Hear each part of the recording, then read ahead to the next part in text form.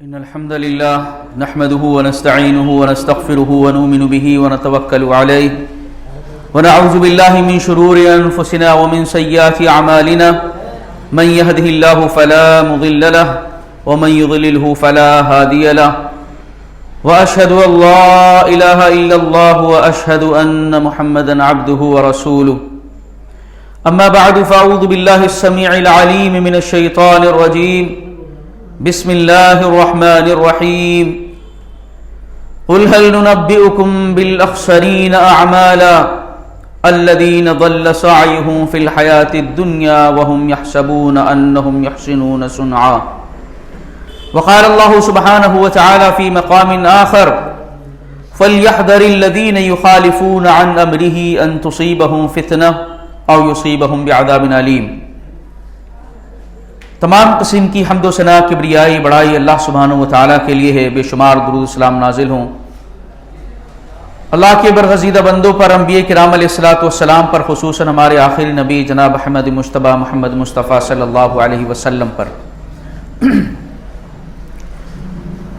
الحمدللہ آؤ دین سیکھے کے تحت جو پروگرام شروع کیا گیا ہے اس کی اللہ کے فضل و کرم سے یہ 7ویں نشست ہے، اور اس نشست کا موضوع ہے ہر بدعت گمراہی ہے۔ آج اسی ٹاپک کے تحت آپ کے سامنے قرآن و سنت کی روشنی میں چند باتیں عرض کرنے کی کوشش کی جائے گی انشاءاللہ العزیز۔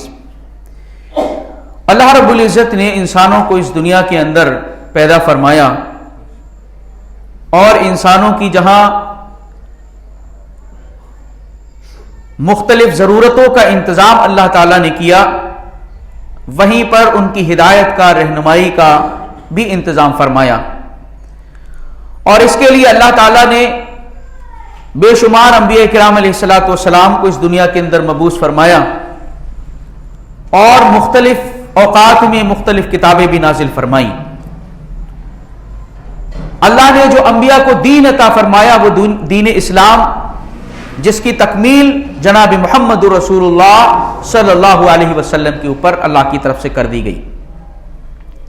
اس کا مطلب یہ ہے اللہ کا جو دین حضرت آدم علیہ السلام سے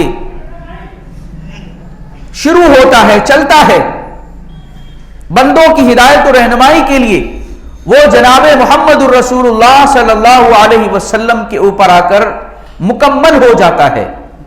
وہ سفر آپ صلی اللہ علیہ وسلم کی زندگی میں مکمل ہو جاتا ہے۔ اس کا معنی یہ ہے کہ اب آپ صلی اللہ علیہ وسلم کے بعد نہ کوئی نبی آئے گا، اور نہ ہی کوئی کتاب آئے گی، اور نہ ہی کوئی شریعت اور کوئی قانون اب آئے گا۔ جو اللہ تعالیٰ نے آپ صلی اللہ علیہ وسلم کے اوپر مکمل فرما دیا ہے، بس قیامت تک کے لیے وہ شریعت اور وہ دین سارے انسانوں کے لیے، رہنمائی کے لیے، ہدایت کے لیے، کامیابی کے لیے کافی ہے۔ اب اس کے علاوہ کسی بھی دین اور مذہب اور شریعت کی ضرورت نہیں ہے۔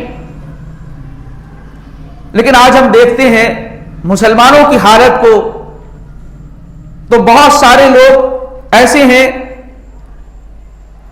جو بے عملی کی زندگی گزار رہے ہیں، اور تمنائیں ان کی بہت اونچی ہیں، جنت کے خواب دیکھتے ہیں، کامیابی کے خواب دیکھتے ہیں، لیکن عمل سے وہ خالی ہیں، صرف محض تمنائیں ہیں۔ کیا ایسا کبھی ہوا ہے کہ آپ سوچ لیں اور آپ کا وہ کام ہو جائے؟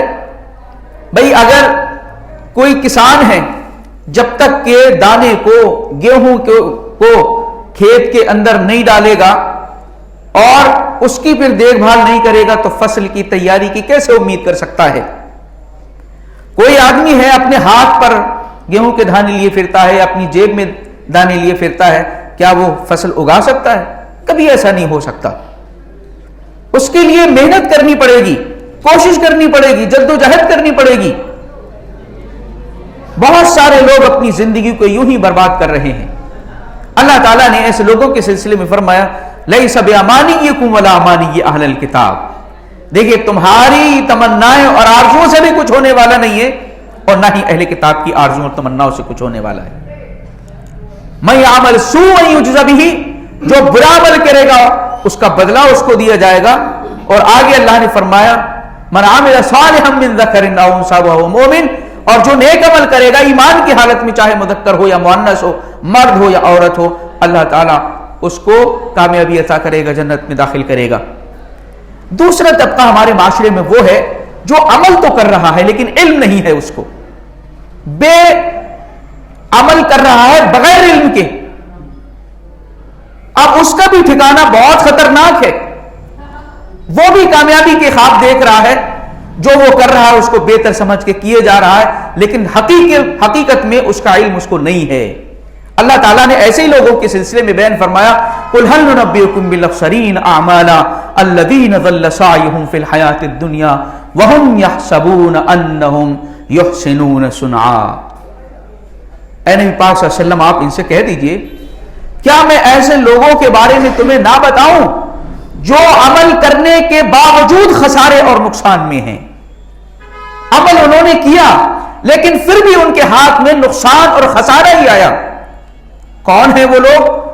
الذین ضل سعیہم, ان کے ساری کوششیں, ساری تگودو, ساری جدوجہد, ساری محنتیں دنیا کے اندر ہی رائیگاں اور بیکار چلی گئیں, اور وہ اس کو دنیا میں اس لحاظ سے کرتے تھے کہ یہ کام وہ اچھا کر رہے ہیں, بہتر کر رہے ہیں, صحیح کر رہے ہیں, لیکن وہ علم نہ ہونے کی وجہ سے شریعت کا عمل کرتے رہے, اور لہٰذا آخرت میں ان کے لیے خسارے کے علاوہ کچھ بھی نہیں ہوگا. اللہ تعالیٰ نے اپنے آخری نبی جناب محمد رسول اللہ صلی اللہ علیہ وسلم کو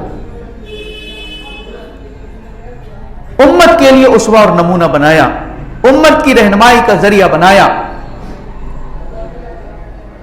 کہ امت پیارے رسول صلی اللہ علیہ وسلم کے مقام و مرتبے کو سمجھ کر کے آپ کی اتباع اور پیروی کرے. آپ دیکھیں کہ ہر منزل کا کوئی نہ کوئی راستہ ہوتا ہے, ہر منزل کا کوئی نہ کوئی راستہ ہوتا ہے. جنت کا راستہ بھی ہے لیکن وہ کوئی دوسرا راستہ نہیں ہے, صرف جناب محمد رسول اللہ صلی اللہ علیہ وسلم کا راستہ ہے, آپ کا طریقہ ہے جو جنت کی طرف جاتا ہے. اللہ تعالیٰ نے ارشاد فرمایا کہ وَأَنَّ هَذَا صِرَاطِي مُسْتَقِيمًا فَاتَّبِعُوهُ, آپ کہہ دیجئے یہ میرا سیدھا راستہ ہے, لوگوں اس کی پیروی کرو, اس کی اتباع کرو. وَلَا تَتَّبِعُوا السُّبُلَ, اور دیگر راستوں کی پیروی نہ کرو جو دائیں بائیں آگے پیچھے سے چل رہے ہیں. سیدھے راستے کے اوپر قائم ہو جاؤ, اس پر چل پڑو, یہی سیدھا راستہ ہے جو جنت کو جانے والا ہے. فَتَفَرَّقَ بِكُمْ عَنْ سَبِيلِهِ, اور اگر تم نے سیدھے راستے کو چھوڑ کر کے دوسرے راستوں کو اختیار کیا تو تم سیدھے راستے کو ہی گنوا بیٹھو گے جو جنت کا راستہ ہے, اور گمراہ ہو جاؤ گے, اور جہنم اور ناکامی تمہارے ہاتھ آئے گی. اللہ رب العزت صرف اپنے نبی کے طریقے سے ہی خوش ہوتا ہے, بس اپنے نبی کے طریقے اور راستے سے ہی خوش ہے, اور باقی کوئی راستہ اس کو نہیں چاہیے. خود اللہ تعالیٰ نے اس کی وضاحت فرمائی ہے قُلْ إِن كُنتُمْ تُحِبُّونَ اللَّهَ فَاتَّبِعُونِي يُحْبِبْكُمُ اللَّهُ وَيَغْفِرْ لَكُمْ ذُنُوبَكُمْ. اللہ فرما رہا آپ کہہ دیجئے کہ اگر تم واقعی اللہ سے محبت کے دعوے دار ہو تو میری اتباع کرو, جناب محمد رسول اللہ صلی اللہ علیہ وسلم کی اتباع کرو. اللہ تعالیٰ تمہیں پسند کرنے لگے گا, اللہ تم سے محبت کرنے لگے گا, کیونکہ وہ صرف پیارے رسول صلی اللہ علیہ وسلم کے راستے سے خوش ہے بس, اور کسی کا راستہ اس کو پسند نہیں ہے. اب ہوتا کیا ہے,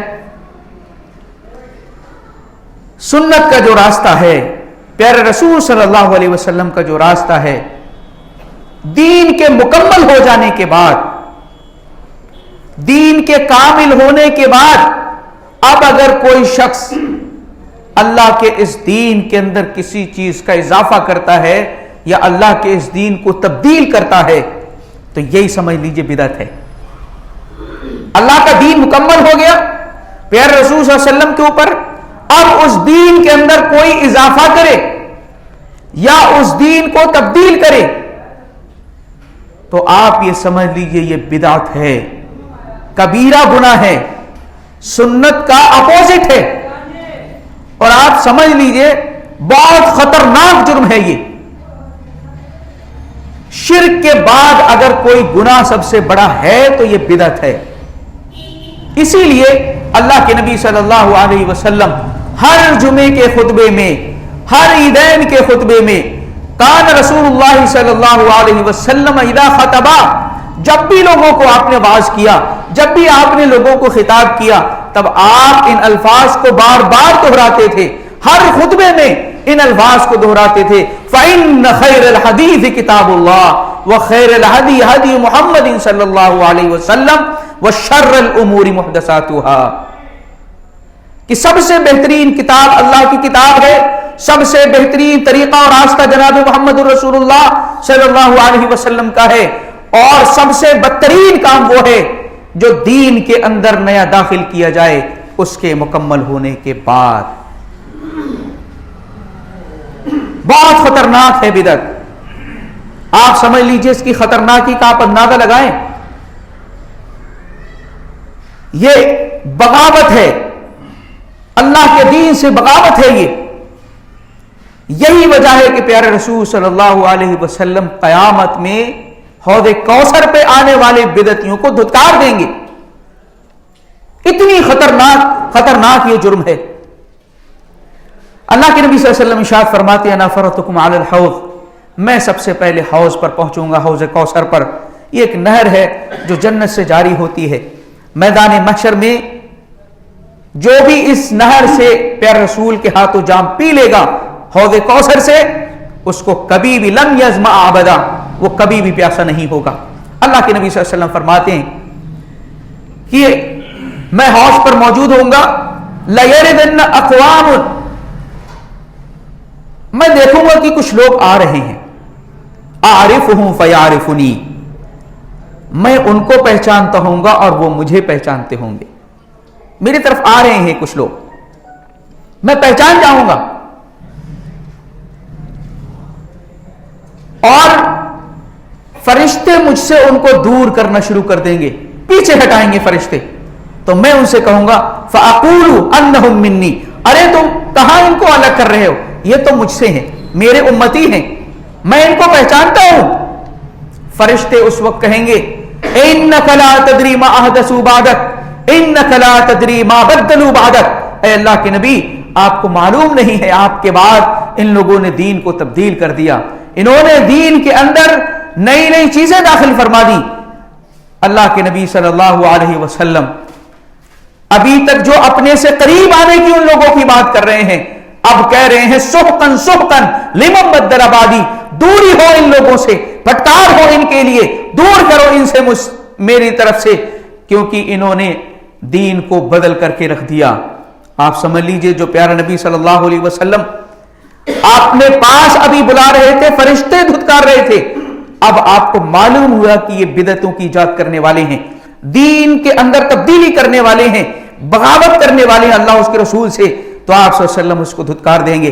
آپ دیکھیں شرابی، زانی اور چوری کرنے والا، آپ یہ نہیں دیکھیں گے کہ ان کو اللہ کے نبی صلی اللہ علیہ وسلم حوض کوثر سے دھکا دیں گے یا دھتکار دیں گے، بلکہ یہ لوگ سزا پانے کے بعد اگر توحید پر قائم ہیں تو ان کو بھی اس کا اجر ملنے والا ہے. لیکن بدعت ایک ایسا جرم ہے کہ اللہ کے نبی صلی اللہ علیہ وسلم اس کو دھتکار دیں گے ایسے لوگوں کو. یہ کوئی معمولی چیز نہیں ہے، بدعت معمولی اور ہلکی نہیں ہے. آپ دیکھیں ایک شخص چوری کرتا ہے، اس کو سزا دیتی ہے حکومت. دوسرا شخص وہ ہے جو نوٹ چھاپتا ہے نقلی. دونوں گناہ کر رہے ہیں لیکن دونوں کے گناہ اور جرم میں فرق ہے. نوٹ چھاپنے والا حکومت سے بغاوت کر رہا ہے، لوگوں کا مجرم نہیں، حکومت کا مجرم ہے وہ، لہذا اس کو سخت سے سخت، کڑی سے کڑی سزا دی جائے گی. ایسے ہی بدعت کا معاملہ ہے، سزاؤں میں فرق ہے.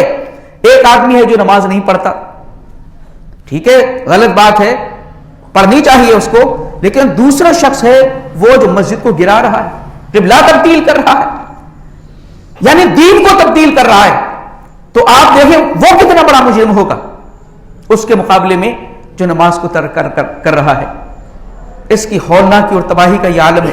سعادت اور خیر کا یہی ایک راستہ ہے کہ انسان اللہ کے اس دین کو مکمل ہونے کے بعد اس کی پیروی شروع کر دے، لازم پکڑ لے اس دین کی، اور اس کے اندر کسی چیز کا بھی اضافہ اور داخل نہ کرے. اس کو مثال سے سمجھیے.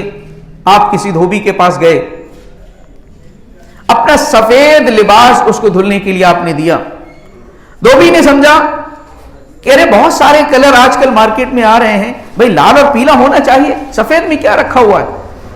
تو وہ دھوبی اپنی طرف سے اس کو لال پیلا کسی بھی رنگ میں رنگ دے, اور آپ اپنے لباس کو جب لے کر لینے پہنچیں, جب آپ کی طرف وہ بڑھائے تو آپ کہیں گے سب سے پہلی بات تو یہ میرا نہیں ہے, یہ میرا نہیں ہے.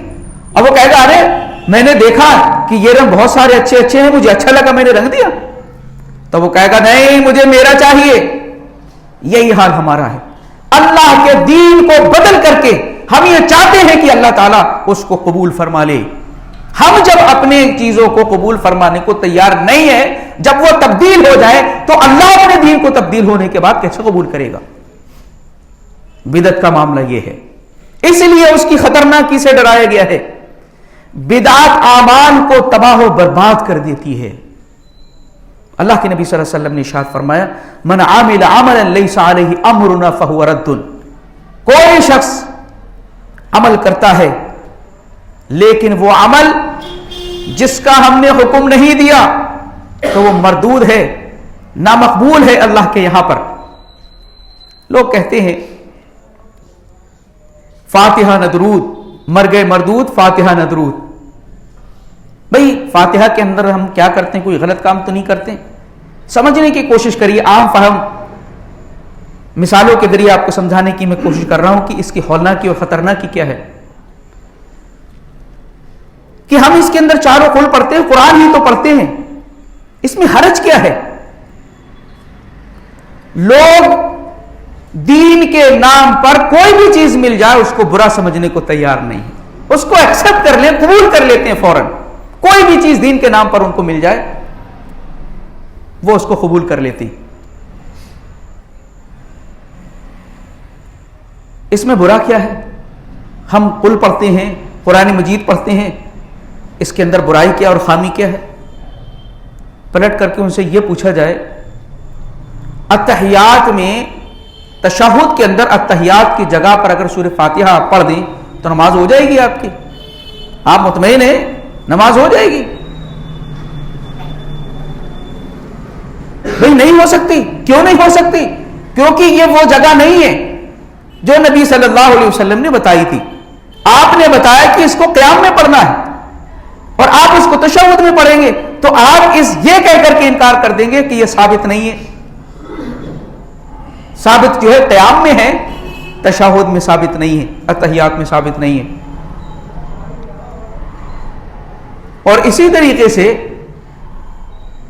اسی فاتحہ کو اذان کی جگہ آپ لاؤڈ اسپیکر سے اذان کا وقت اور کہنا شروع کر دیں تو آپ کو لوگ مان لیں گے آپ کی اذان.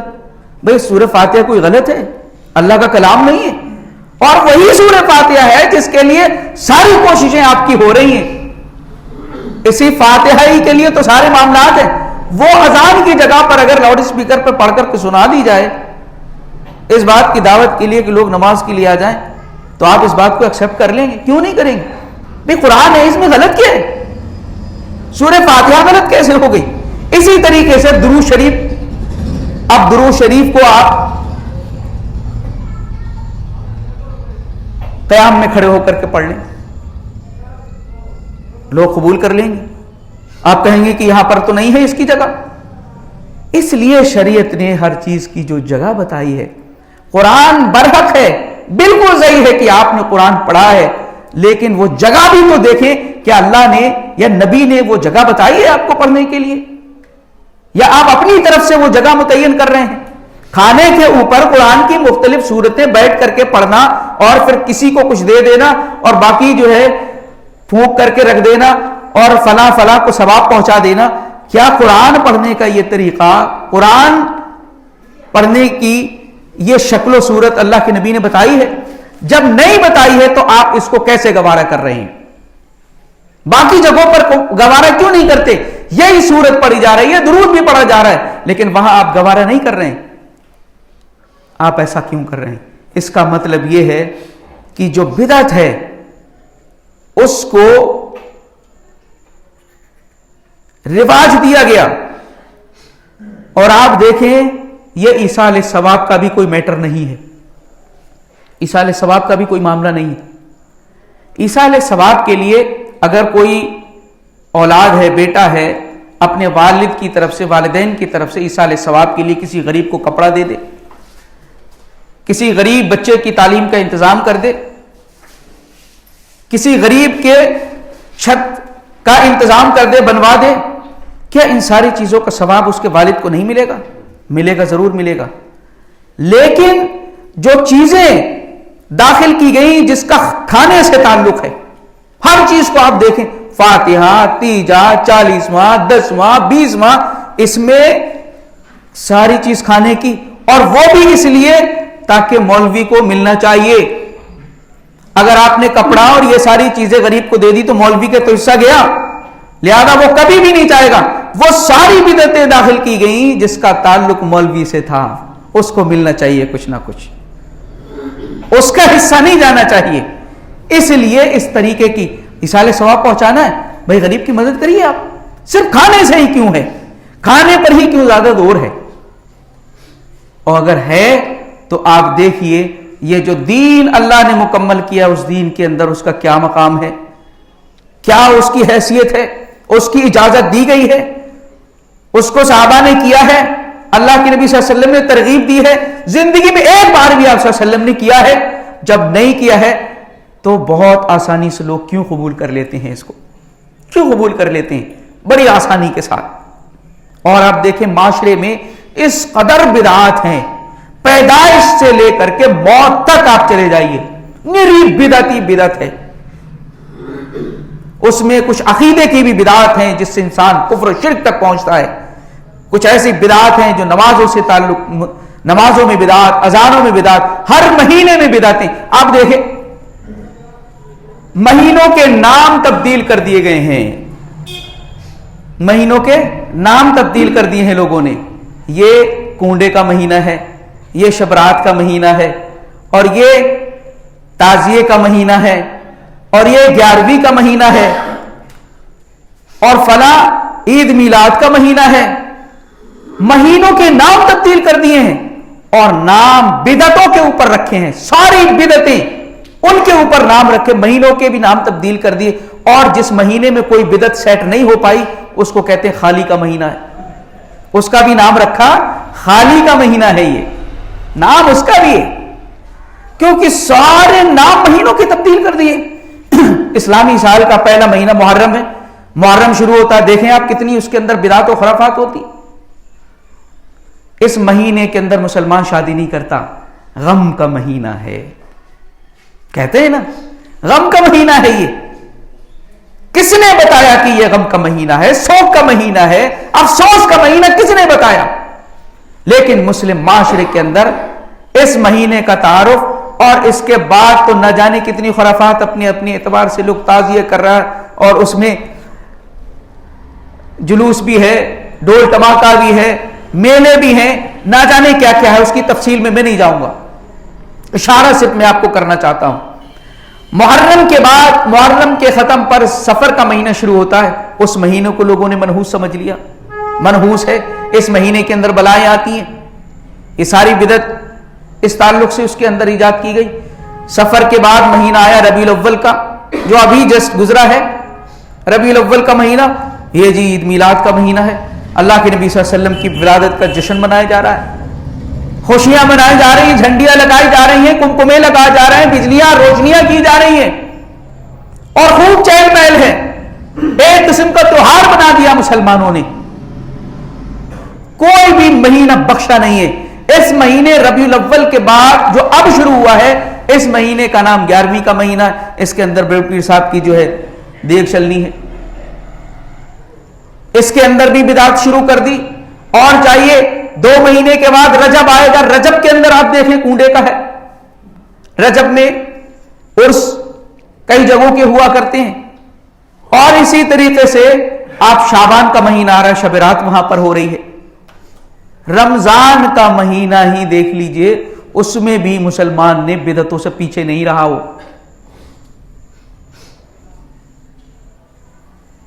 جب اپنے روزے کی شروعات وہ کر رہا ہے تو کیا کہہ رہا ہے؟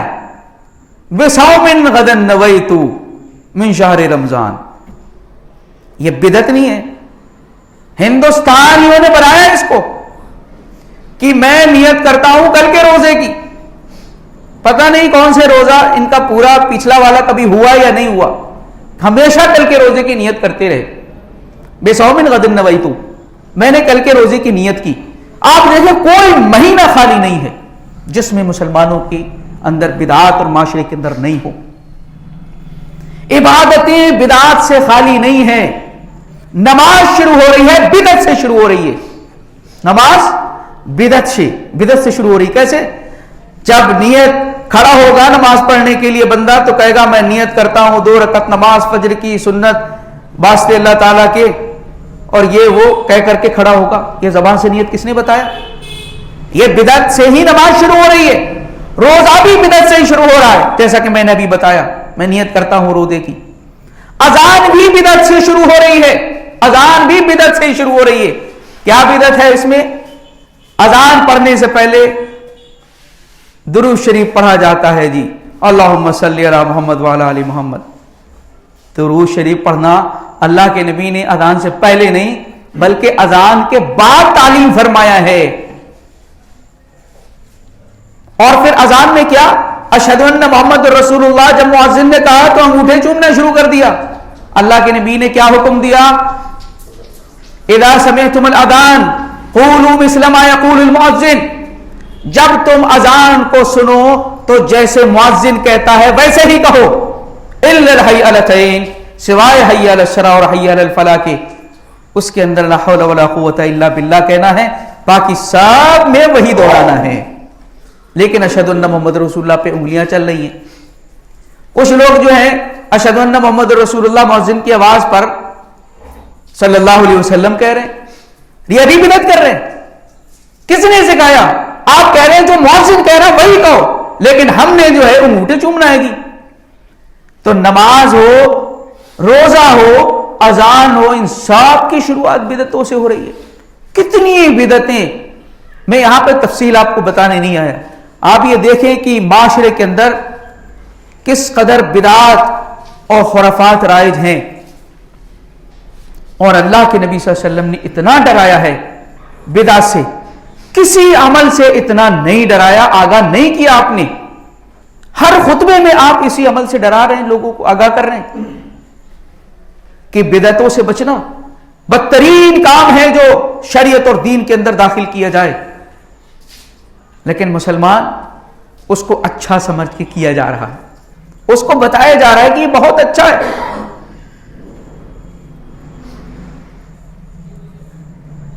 بدعت کی خطرناکی اور اس کے مظاہر آپ کے سامنے 2 پوائنٹس رکھے ہیں میں نے. کتنی خطرناک ہے بدعت. دنیا میں انسان سے سنت چھوٹ جاتی ہے اور محروم ہو جاتا ہے وہ سنت سے، اور آخرت میں جنت سے محروم ہوگا، حوض کوثر سے محروم ہوگا. لوگ اس کو معمولی سمجھ رہے ہیں. چوری کو، شراب کو، ان کو تو برا سمجھتے ہیں، لیکن بدعت اگر وہ کر رہے ہیں تو اس کو برا نہیں سمجھتے، اس کو وہ اچھا سمجھ کر کے کیے جاتے ہیں، جبکہ اس سے خطرناک جرم ہے. یہ بدعت ان سارے جرائم سے خطرناک ہے، کیونکہ اس کے اندر دین کو تبدیل کیا جا رہا ہے، دین کی شکل و صورت بدلی جا رہی ہے. اور اس سلسلے میں میں آپ سے یہ بھی کہوں گا، تیسرا پوائنٹ وہ یہ ہے کہ لوگ جو عنوان میں نے رکھا ہے ہر بدعت گمراہی ہے، کیونکہ دراصل یہ حدیث کا ٹکڑا ہے، اس کا ترجمہ ہے کل بدعت ضلالہ وکل ضلالۃ فی النار. یہ حدیث کا ٹکڑا ہے. اسی کے پیٹرن پہ ایک حدیث میں اور لے کر آؤں گا، اس لیے اس کو دیکھ لیجیے.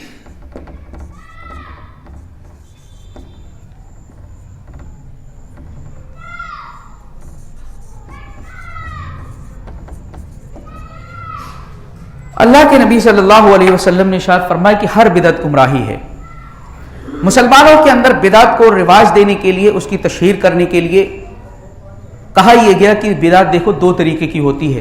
ایک اچھی بدعت ہوتی ہے اور ایک بری ہوتی ہے. بری بدعت برا ہے, لیکن اچھی بدعت کر سکتے ہیں. اچھی بدعت اس کے اندر کوئی حرج نہیں ہے, اس میں کوئی گناہ نہیں ہے. کئی ساری چیزیں اس سلسلے میں کہی جاتی ہیں, لیکن جو عام طور سے سب سے زیادہ کہی جاتی ہیں وہ آپ کے سامنے میں رکھوں گا. ایک بات یہ کہی جاتی ہے, چلیے اچھا ہم اس چیز کو بھی دیکھ لیتے ہیں. ایک طبقہ ہے امت کا جو کہتا ہے حدیث کی روشنی میں کہ ہر بدعت گمراہی ہے, اس حدیث کی روشنی میں ہر بدعت گمراہی. دوسرا طبقہ ہے وہ جو یہ کہتا ہے کہ کچھ بدعتیں حسنہ ہیں, کچھ سیئہ ہیں. بدعت حسنہ اور سیئہ ہیں, دو بدعتیں ہیں, دو قسم کی. یہ اختلاف پیدا ہو گیا ہمارے درمیان, دو گروہوں کے درمیان اختلاف پیدا ہوا. اب اس اختلاف کا حل کیا ہے؟ وہ کہتے ہیں کہ نہیں ہے حسنہ بدعت, اور اس حدیث کی روشنی میں دوسرا طبقہ کہتا ہے کہ نہیں ہے. کیا کیا جائے, اس کا حل کیا ہے؟ اس کا اللہ تعالیٰ نے امت کے لیے رہنمائی فرمائی کہ اگر تمہارا کسی معاملے میں اختلاف ہو جائے تو تمہیں اللہ اس کے رسول کی طرف پلٹنا ہے. فَإِن تَنَازَعْتُمْ فِي شَيْءٍ فَرُدُّوهُ إِلَى اللَّهِ وَالرَّسُولِ. اگر تمہارا کسی معاملے میں اختلاف ہو جائے تو تمہیں اللہ اس کے رسول کی طرف پلٹنا ہے. قرآن اور سنت کے اندر اگر ہم دیکھیں بدعت کے تعلق سے کیا الفاظ موجود ہیں تو یہی کل کے الفاظ آ رہے ہیں. ہر بدعت گمراہی ہے اور ہر گمراہی جہنم کے اندر لے جانے والی ہے. نہیں, لوگ کہتے ہیں کہ ہر بدعت نہیں ہے, کچھ حسنہ ہے کچھ سیئہ ہیں, اس وجہ سے اس بدعات کو لوگ کرتے جا رہے ہیں. کیا واقعی میں ایسا ہے؟ بدعت حسنہ ہے, بدعت سیئہ ہے؟ اس کو بھی سمجھنے کی کوشش کریے. اچھا, جو لوگ کہتے ہیں کہ بدعت حسنہ ہے وہ دلیل بھی پیش کرتے ہیں. آخر وہ کیا دلیل ہے ان کی؟ سب سے مضبوط ترین دلیل کی طرف میں آپ کو لے کر کے چلوں گا. سب سے پہلے حضرت عمر رضی اللہ تعالی عنہ کا یہ قول, نعمت البدعۃ ھذہ, یہی ہے نا. پورے ذخیرے احادیث میں ان کو بدعت کے نام سے ایک یہ ٹکڑا ملا ہوا ہے, اس وجہ سے کہ بھئی دیکھو حضرت عمر رضی اللہ تعالیٰ عنہ نے کیا کیا, کیا ہی بہترین بدعت ہے یہ. اس کا مطلب یہ ہے کہ کچھ بدعتیں صحیح ہوتی ہیں, اچھی ہوتی ہیں, اور کچھ بدعتیں بری ہوتی ہیں.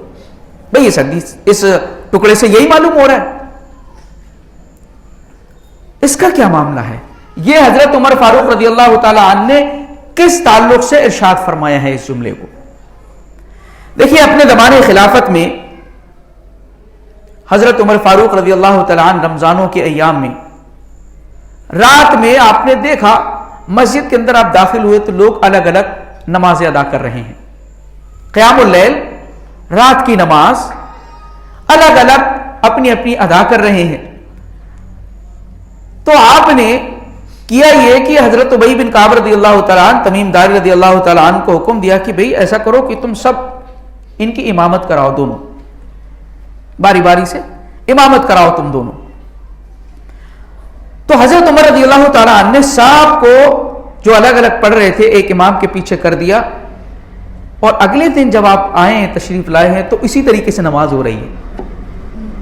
ایک امام کے پیچھے سارے لوگ نماز پڑھ رہے ہیں. کل جب آپ آئے تھے تو شکل و صورت کچھ اور تھی, اور آج شکل و صورت کچھ اور ہے. آپ نے اگلے دن جب دیکھا کہ امام کے پیچھے ہی پڑھ رہے ہیں, تب آپ نے جملہ ارشاد فرمایا, نعمت البدعۃ ھذہ, کیا ہی بہترین بدعت ہے. اجی ثبوت تو ہو گیا. بدعت کا یہاں پر معنی کیا ہے؟ اصل میں اللہ کے نبی نے یہاں پر جو لفظ بدعت استعمال کیا ہے, اس کا کیا معنی ہے اور اس کا کیا معنی ہے؟ ان دونوں میں فرق ہے. یہاں پر جو لفظ بدعت آیا ہوا ہے اس میں اور اس میں فرق ہے. اللہ کے نبی نے جو بدعت کا لفظ استعمال کیا ہے اس میں اور اس بدعت کے لفظ میں فرق ہے. کیا فرق ہے پتا ہے کسی کو؟ یہ بدعت شرعی اللہ کے نبی فرما رہے ہیں, شریعت کے اندر, دین کے اندر کوئی بھی نئی چیز داخل کی جائے گی وہ گمراہی ہے اور جہنم میں لے جانے والی ہے. یہ بات حضرت عمر فاروق رضی اللہ تعالیٰ عنہ نے کہی ہے, اور یہ آپ کو معلوم ہے کہ قیام اللیل سنت ہے, آپ نے ترغیب دلائی ہے, صحابہ پڑھتے تھے اللہ کے نبی کے زمانے میں, اور جماعت سے بھی اللہ کے نبی صلی اللہ علیہ وسلم نے 3 دن پڑھائی ہے. یعنی ایک امام کے پیچھے اللہ کے نبی صلی اللہ علیہ وسلم امام ہے اور باقی صحابہ کرام آپ کے پیچھے اسی قیام اللیل کو 3 راتیں پڑھی. حضرت عمر فاروق رضی اللہ تعالیٰ عنہ کو معلوم ہے کہ آپ نے اس نماز کو پڑھایا ہے اور آپ نے چھوڑا کس مقصد سے تھا وہ بھی معلوم ہے. کیا مقصد تھا چھوڑنے کا؟ خشیت ان تفرض علیکم فتعجزوا عنها. اللہ کے نبی صلی اللہ علیہ وسلم چوتھے دن نکل کر کے نہیں آئے, صحابہ انتظار کرتے رہے اور آپ صلی اللہ علیہ وسلم جب نکل کر کے آئے, آپ نے دیکھا کہ انتظار میں ہیں صحابہ, تو آپ نے فرمایا کہ میں اس لیے نکل کر کے نہیں آیا, مجھے ڈر ہوا کہ تمہارے شوق و ذوق کو دیکھ کر کے اللہ تعالیٰ اس قیام اللیل کو فرض نہ کر دے اور پھر تم اس سے عاجز آ جاؤ گے. یہ بات بھی حضرت عمر رضی اللہ تعالیٰ عنہ کے ذہن میں تھی. پھر بھی آپ نے اس لفظ کو کیوں استعمال فرمایا؟ تو اس کا مطلب یہ ہے کہ اس کا یہ لفظ جو ہے یہاں پر بدعت, یہ لغوی معنی میں استعمال ہوا ہے اور یہاں اللہ کے نبی نے شرعی معنی میں استعمال کیا ہے. لغت کے اندر کیا ہے معنی اس کا؟ نیا ہونا, بغیر کسی مثال کے, جیسے نئی شکل کا ہونا. حضرت عمر رضی اللہ تعالیٰ عنہ پہلے دن جو آئے تھے وہ شکل اور دوسرے دن کی شکل مختلف تھی, اس لیے انہوں نے کہا کہ یہ شکل اس سے مختلف ہے, لہذا لغت کے اعتبار سے حضرت عمر رضی اللہ تعالیٰ عنہ نے اس لفظ کو استعمال کیا ہے. لوگ کہیں گے بھائی آپ کی بات سمجھ نہیں آئی, تو پھر سمجھانے کے لیے کچھ اور بھی ہمارے پاس ہے. اسی کو میں سمجھانے کے لیے ایک پوائنٹ اور داخل کرتا ہوں. ٹھیک ہے, مان لیا حد بدعت حسنہ ہوتی ہے, حضرت عمر فاروق رضی اللہ تعالیٰ عنہ نے اس طریقے کا جملہ ارشاد فرمایا, جی ٹھیک ہے. پہلا سوال میرا اس جملے کے اوپر سینٹینس پر یہ ہے, جو لوگ کہتے ہیں کہ اس سے بدعت حسنہ ثابت ہو رہی ہے. پہلا سوال یہ ہے کہ اس ٹکڑے میں کہاں پر ہے کہ لوگ جتنی چاہو بدعت ایجاد کرو؟ بدعت ایجاد کرنے کی اجازت کہاں ہے؟ اجازت ہے بھائی, وہ تو اپنے ایک عمل کے تعلق سے خبر دے رہے ہیں.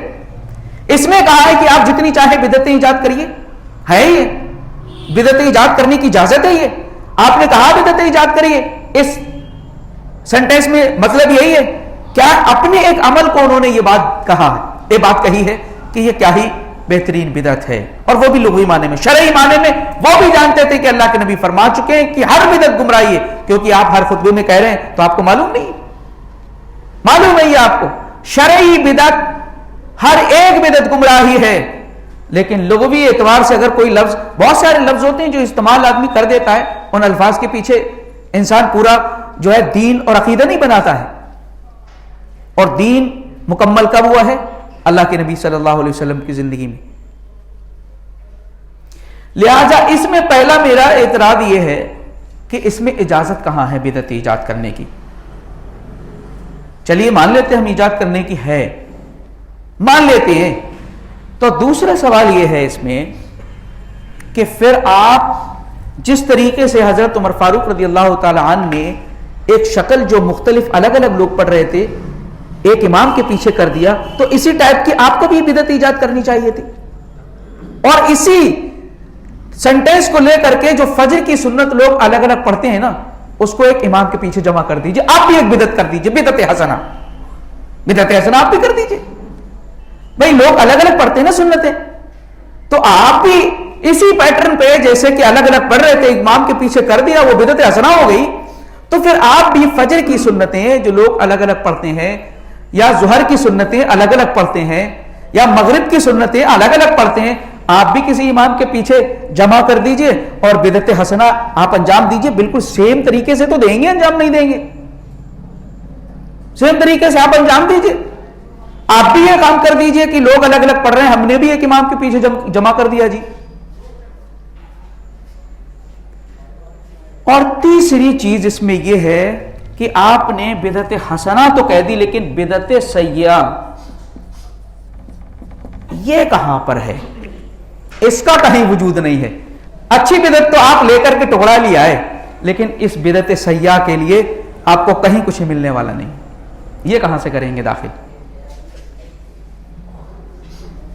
کہاں سے داخل کریں گے؟ اور چوتھا سوال میرا اس پر یہی ہے کہ آپ مجھے بتائیں کہ اس بات کا فیصلہ کون کرے گا کہ یہ بدعت حسنہ ہے اور یہ بدعت سیئہ نہیں ہے؟ یہ بدعت حسنہ ہے اور یہ بدعت سیئہ، اس کا فیصلہ کون کرے گا؟ ہم اپنی عقل سے کریں گے؟ عقل کرے گی ہماری، اور جب عقل کرے گی تو آپ سمجھ لیجئے کہ عقل کا دین میں کوئی دخل نہیں ہے۔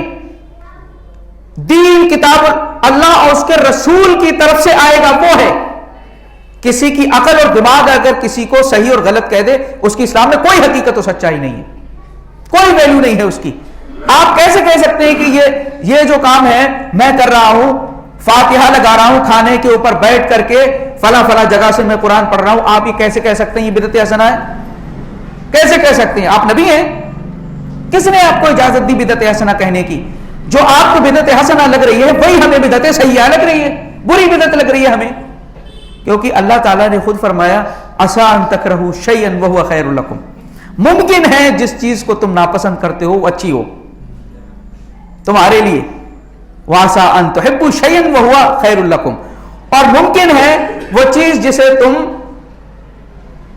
اچھا سمجھتے ہو وہ تمہارے لیے بری ہو، اور بری سمجھتے ہو تمہارے لیے اچھا ہو۔ تو کیسے فیصلہ کریں گے کہ یہ بدعت حسنہ ہے؟ اس پر ہی میرا ایک اور پانچواں ہے۔ پانچواں جواب یہ سن لیجئے، اچھا بدعت حسنہ کا اگر وجود ہے تو پھر یہ اسٹاپ کیوں ہو گیا؟ اس کو تو جاری رہنا چاہیے، ہر مہینے، ہر سال، ہر جگہ اس کو ایجاد ہوتے رہنا چاہیے۔ بھئی بدعت حسنہ کا وجود ہے تو بدعت حسنہ اسٹاپ کیوں ہو گئی؟ جتنی جو بنائی ہوئی ہے اس کے علاوہ ایکسپٹ کرنے کو آپ کیوں تیار نہیں ہے بدعتیں؟ بھئی اس کا تو جاری ہو جانا چاہیے تھا نا برابر۔ بھئی جو آپ نے بنا لی ہیں انہی بدعتوں پر زور کیوں ہے؟ وہی حسنہ ہے اور دنیا میں کسی حسنہ بدعت کا وجود نہیں ہے۔ جب ہے تو ایجاد کیوں نہیں کرتے؟ اگر آپ کر سکتے ہیں بدعت حسنہ ایجاد ہو سکتی ہے تو پھر آپ کیوں نہیں کرتے؟ اور کس کے اندر کس کو اختیار یہ دیا گیا ہے کہ وہ بدعت حسنہ ایجاد کرے گا؟ حضرت عمر فاروق رضی اللہ تعالیٰ عنہ کے تعلق سے نہیں کہیے گا اس سنٹینس کو دیکھ کر کے کہ آپ نے بدعت حسنہ ایجاد کی، کیونکہ تراویح کی جماعت کا بھی ثبوت اللہ کے نبی سے موجود ہے، قیام اللیل کا بھی اللہ کے نبی سے ثبوت موجود ہے، ایک امام کے پیچھے پڑھائے جانے کا بھی ثبوت موجود ہے، لہذا وہ بدعت شرعی نہیں ہے، وہ لغوی بدعت ہے۔ شرعی اگر بدعت ہوتی تو آپ بھی اس میں زور آزمائی کریں، کیوں آپ نے وہی ساری فاتحہ کا طریقہ پرانا رکھا ہوا ہے؟ اس میں بھی آپ دو چار اور فاتحہ دو چار ٹائپ کی ایجاد کریے، لیکن نہیں ہو رہا ہے۔ مطلب یہ ہے اگر اجازت دے دی جائے، اس سنٹینس میں یہ سمجھ لیے جائے کہ اجازت ہے جتنی چاہیں بدعت ایجاد کریں، تو اصل دین کا اتا پتہ نہیں رہے گا کہاں گیا۔ اور آج حالت یہی ہے کہ دھیرے دھیرے جس طریقے سے بدعتوں کا زور پکڑا ہے، لوگوں نے فرائض، سنن یہ سب ترک کر دیے جو لازم چیزیں تھیں۔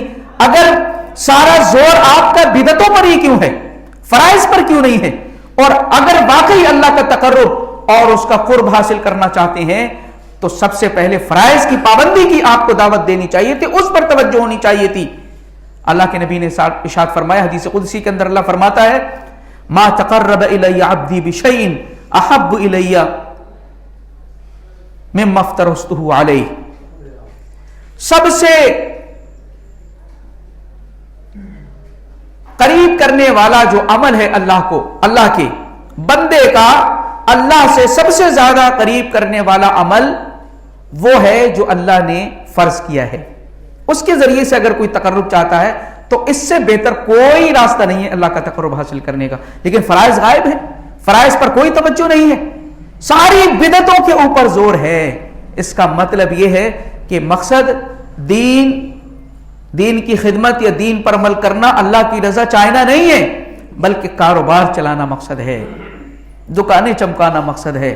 اور اگر نہیں ہے تو ان سب چیزوں کو بند کر کے آپ غریبوں کو کپڑے تقسیم کرنا، ان کی پڑھائی کا انتظام کرنا، ان کے لیے گھر کا انتظام کرنا، ان کے کپڑوں اور دیگر اشیاء کا انتظام کریے، اس کی طرف آپ دعوت دینا شروع کر دیں۔ ایسا آپ کبھی نہیں کر سکتے، کیونکہ جس گروپ نے یہ کیا ہے وہ کبھی بھی اس کو پسند نہیں کرے گا۔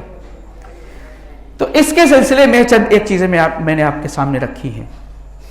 اس سے شرعی بدعت مراد ہو نہیں سکتی. یہیں پر ایک قول حضرت عمر فاروق رضی اللہ تعالیٰ عنہ کا آپ لے لیں کہ آپ کس قدر متبع سنت ہیں. حضرت عمر رضی اللہ تعالیٰ عنہ کسی بدعت حسنہ کے نام پر کسی کو کیا ایجاد کر سکتے ہیں؟ آپ کیوں ایجاد کریں گے؟ حضرت عمر فاروق رضی اللہ تعالیٰ عنہ حج کرنے کے لیے گئے ہیں.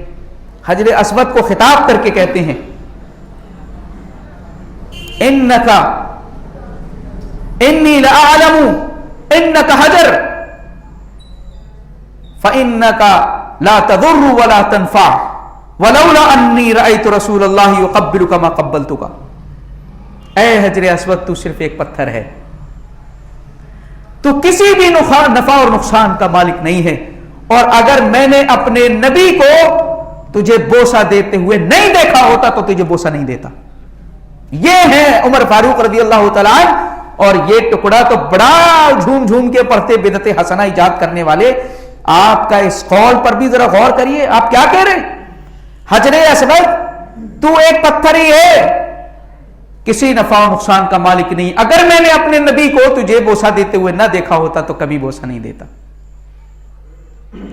نبی پاک صلی اللہ علیہ وسلم کا کوئی عمل نہ ہو, عمر فاروق رضی اللہ تعالیٰ کیسے کر سکتے ہیں؟ کیسے کر سکتے ہیں وہ کام جو آپ صلی اللہ علیہ وسلم نے نہیں کیا؟ لیکن وہ آپ کو معلوم تھا کہ آپ نے پڑھائی ہے جماعت سے نمازیں, اور آپ نے جس وجہ سے چھوڑا اس وجہ کو بھی آپ جانتے ہیں. انہی کے بیٹے حضرت عبداللہ بن عمر رضی اللہ تعالی عنہما ایک جگہ پر تشریف فرما ہے. ایک صاحب برابر میں بیٹھے ہیں, ان کو چھینک آتی ہے, اور چھینک پر وہ کہتے ہیں الحمدللہ والسلام علی رسول اللہ. کیا کہتے ہیں؟ الحمدللہ والسلام علی رسول اللہ.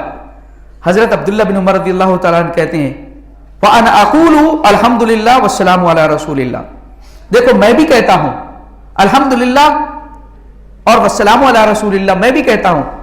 فَلَيْسَ هَكَذَا عَلَّمَنَا رسول اللہ صلی اللہ علیہ وسلم. لیکن ہمیں اس موقع پر اللہ کے نبی نے یہ نہیں سکھایا ہے, یہ اس موقع پر ہمارے نبی نے نہیں سکھایا ہے, بلکہ علمنا الحمدللہ علی کل حال, بلکہ آپ نے ہمیں سکھایا ہے کہ الحمدللہ علی کل حال کہیں ہم, دوسری روایت میں الحمدللہ کہیں. یہ ہمارے نبی نے سکھایا ہے. میں نبی پر سلام بھی پڑھتا ہوں, اللہ کی تعریف الحمدللہ بھی کہتا ہوں, لیکن اس جگہ پر نبی نے نہیں سکھایا ہے. صحابہ کا طرز عمل یہ سنتوں کے تعلق سے, دین کے تعلق سے ذرہ برابر بھی کسی نے ادھر سے ادھر کیا. بھائی نبی کے اوپر درود بھیجنا کوئی غلط بات تھی؟ بھائی چھینک میں اللہ کی تعریف ہو رہی ہے تو نبی پر درود بھی بھیج دیا, سلام بھی بھیج دیا گیا, تو برا کیا ہے اس میں؟ آج کے بدعت پسند لوگ یہی کہتے اس میں کوئی حرج نہیں ہے, لیکن صحابی رسول نے فوراً ٹوکا اللہ کے نبی کی تعلیم نہیں ہے یہ, اس لیے تمہیں یہاں نہیں کہنا چاہیے. یہ ایک پوائنٹ تو یہ ہے کہ بدعت حسنہ ہے. اور دوسرا اس میں آپ دیکھ لیجئے, کہتے ہیں کہ بھئی منع کہاں ہے. یہ بھی بہت عام فہم ہے جو بہت بولا جاتا, منع کہاں ہے, اور اعلان ہو رہا ہے. ایک منٹ پہلے کوئی بھی بتا دے منع کی دلیل آیت چھوڑ دیں گے. اللہ کے نبی نے, ہمارے دین نے چیزوں کے نام نہیں بتائے بلکہ اصول دیے. کیا اصول دیے؟ جیسے اب اگر کوئی شخص یہ کہے کہ بیئر پینا, ڈرگ, بیئر,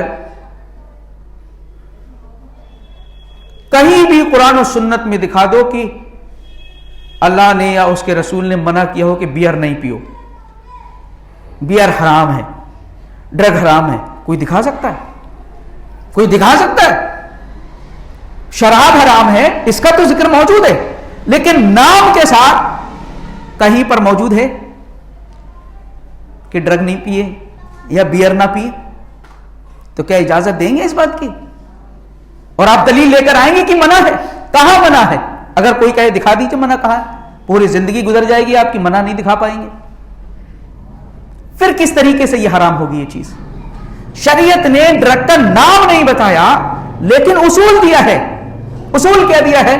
اصول یہ دیا ہے کل مسکرن خمرن، کل مسکرن خمرن وکل خمرن حرام. یہ کل بدعت ضلالہ اسی ٹائپ کا ہے، اسی لیے میں نے لکھا ہے اس کو. شریعت نے اصول کیا دیا ہر نشہ آور چیز شراب ہے اور ہر شراب حرام ہے، لہذا بیئر بھی حرام ہو گئی.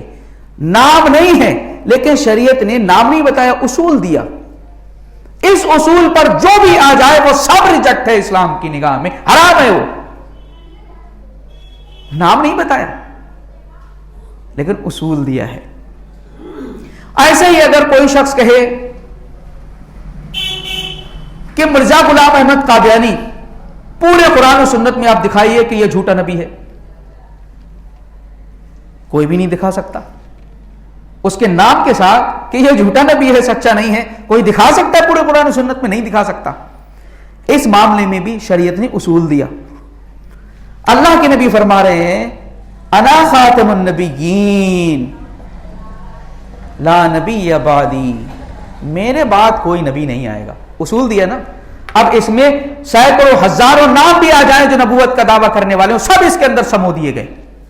اصول دیے شریعت نے، نام نہیں دیا کہ فلاں بھی اگر فلاں ہوگا نام کا اور نبوت کا دعویٰ کرے گا تو جھوٹا ہوگا. جی ایسے نام نہیں دیا شریعت نے، اللہ کے نبی نے، بلکہ ایک اصول دیا کہ آپ خاتم النبیین ہیں، آپ کے بعد کوئی نبی نہیں آئے گا، اور اگر کوئی بھی نبی آتا ہے تو جھوٹا ہے وہ. اسی طریقے سے اس کا معاملہ ہے کہ آپ عید میلاد منا رہے ہیں نا،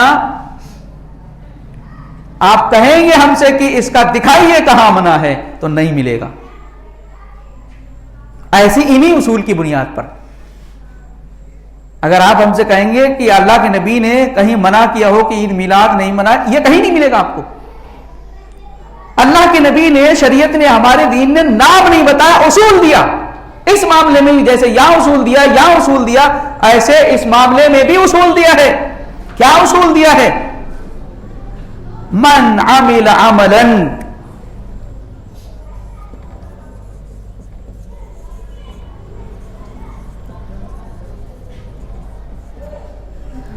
من عمل عملا لیس علیہ امرنا فہو رد. یہ اصول دیا ہمارے دین نے. کوئی شخص کوئی بھی عمل کرے جس کا ہم نے حکم نہیں دیا وہ ریجیکٹ ہے. اب آپ نام نہیں دیا لیکن جو آپ عمل کر رہے ہیں وہ نبی نے حکم نہیں دیا، اللہ نے حکم نہیں دیا، شریعت میں اس چڑیا کا کہیں پر ذکر موجود نہیں ہے، تو پھر آپ سمجھ لیجئے وہ اس اصول کے تحت آ کر کے مردود ہو جائے گا، رد ہو جائے گا. اس کی کوئی حیثیت اور کوئی اس کا مقام نہیں رہے گا. شریعت نے اصول دیے، نام نہیں دیے.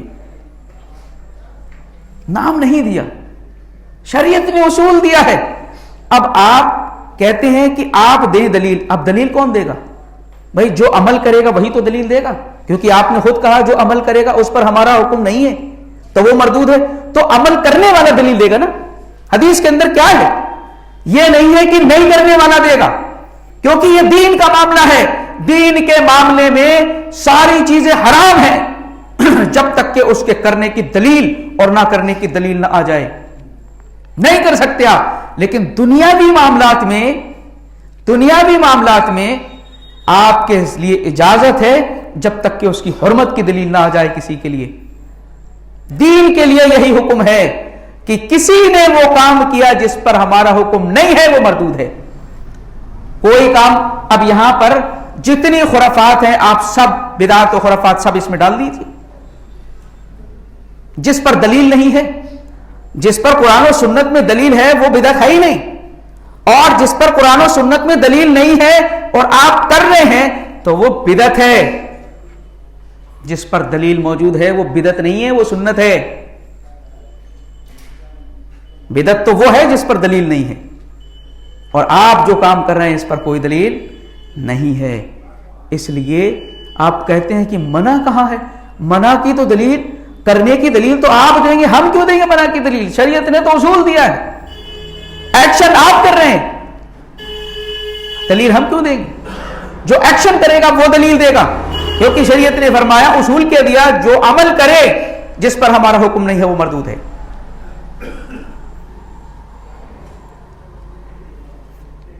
ایک چیز کنفیوزنگ آپ کے سامنے اور آ رہی ہے کہ دین اور دنیا دو باتیں آ رہی ہیں نا۔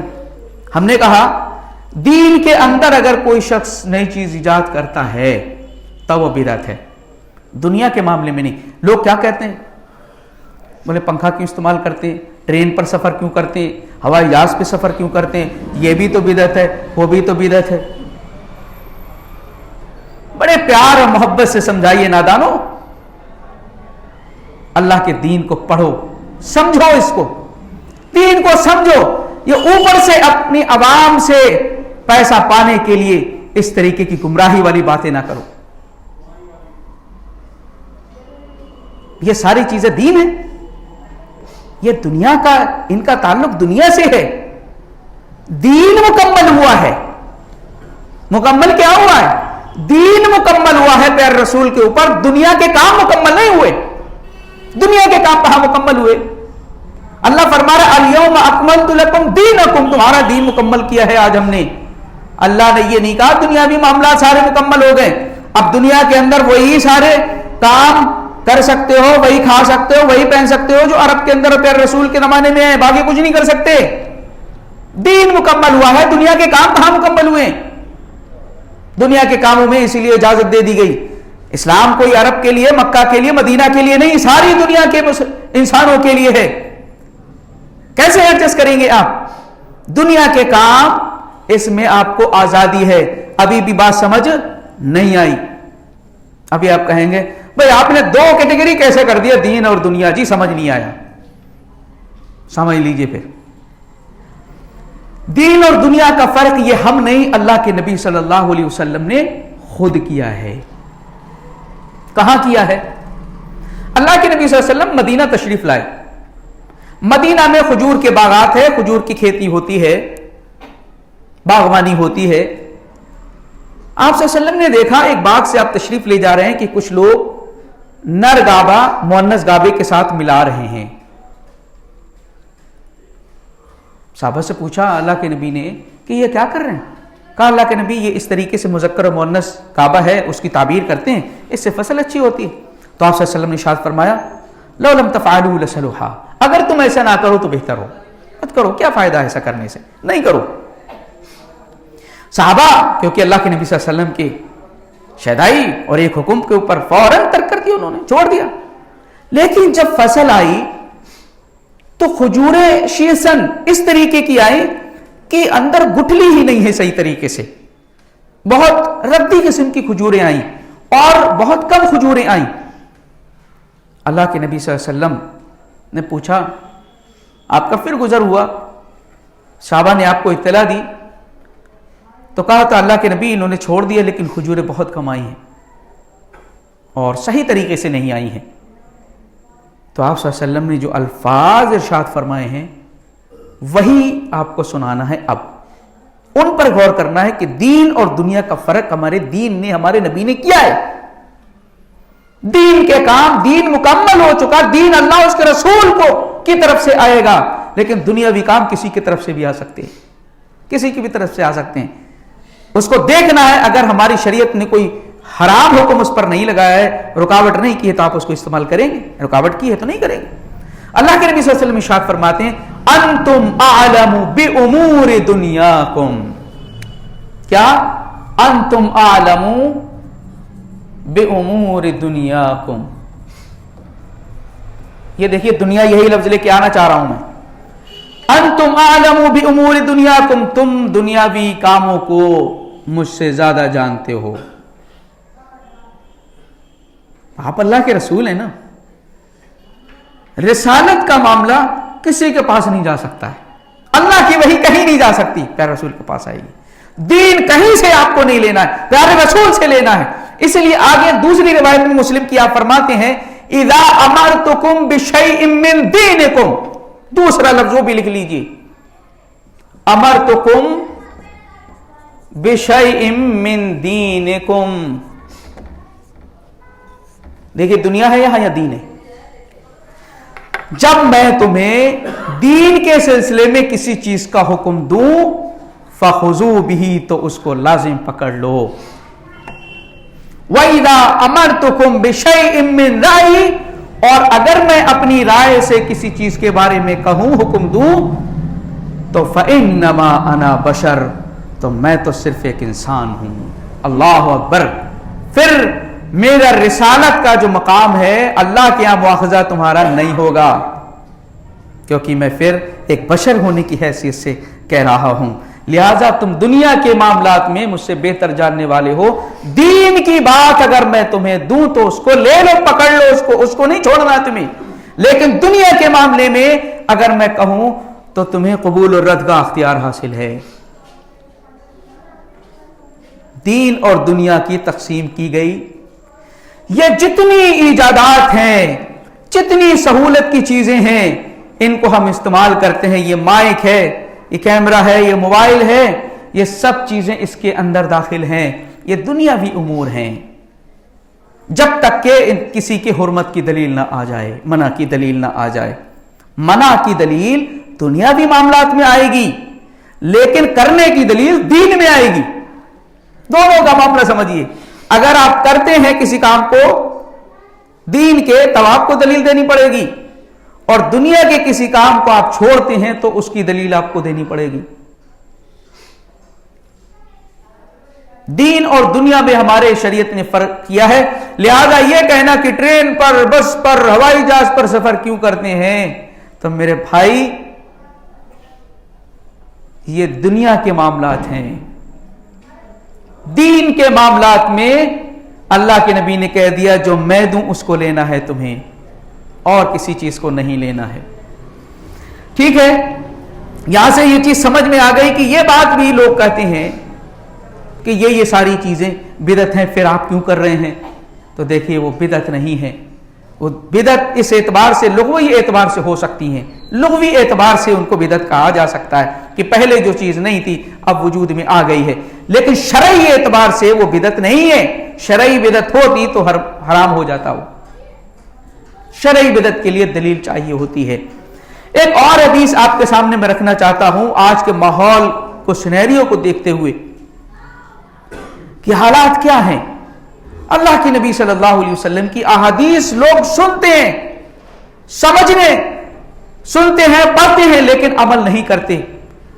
اور عمل کے معاملے میں دیکھا جاتا ہے یہاں سے وہاں سے لوگوں کی باتیں, بزرگوں کے قول, بزرگوں کے اقوال, ان پر زندگیاں چل رہی ہیں.